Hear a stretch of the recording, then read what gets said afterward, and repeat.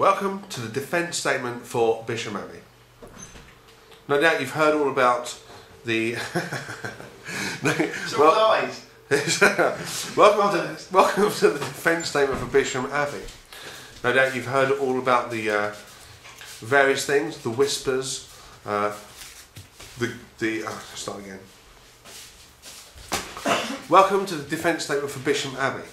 No doubt you've heard all by now all about the whispering voices, the groans, the lights, the orbs, the doors that shut and the doors that opened, and all the fantastic evidence that people experienced through the night. I'd like to take those points and just examine them a little bit closer, if I can. There's one thing that all these pieces of evidence have in common, and that is that not one of them can be used as absolute evidence. And the reason for that is because none of them have any data attached. None of them is something I can present to you and say, this is evidence to suggest that Bisham Abbey is actually haunted by spiritual beings, or ghosts, or spectres, or whatever you want to call them. Let's look at the doors opening and closing. Let's not forget that that night, it was gale force winds outside. Gale force winds in an old abbey. The likelihood is that you're going to get drafts to and fro corridors that are narrow. And as a result of that, the door is going to move. And as a result of that, it's going to shut, etc. So there was lots of wind movement through that night.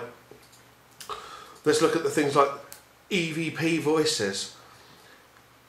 Again, we're dealing with something that has been caught. There's not one definitive piece of evidence that would actually suggest it's the voices from the spirit world.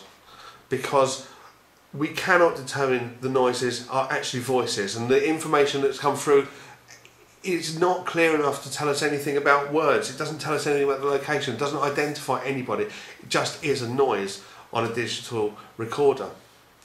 Lights and orbs. Yes, there was some groups that experienced lights and orbs with the naked eye in the rooms.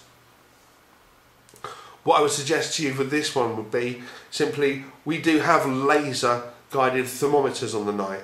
And those laser guided, how am I to say that that laser, that red point of that laser isn't what they saw? I don't know, it didn't happen in my group.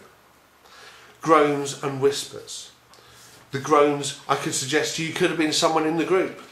Could have been someone in the group realising they was only halfway through the investigation. Although that's probably not the case because it's one of our investigations. But the groans and the whispers, again, not one of these parts is actually recorded in audio format for you to hear.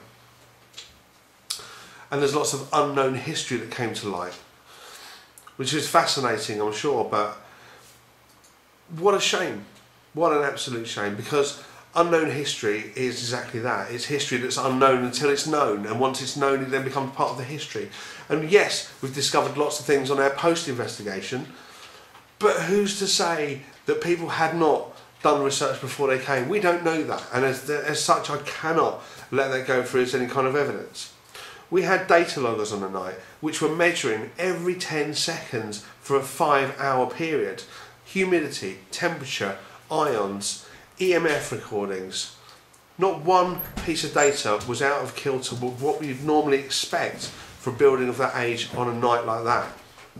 We had 6 CCTV cameras in infrared looking into dark locations. Not one of them recorded anything supernatural.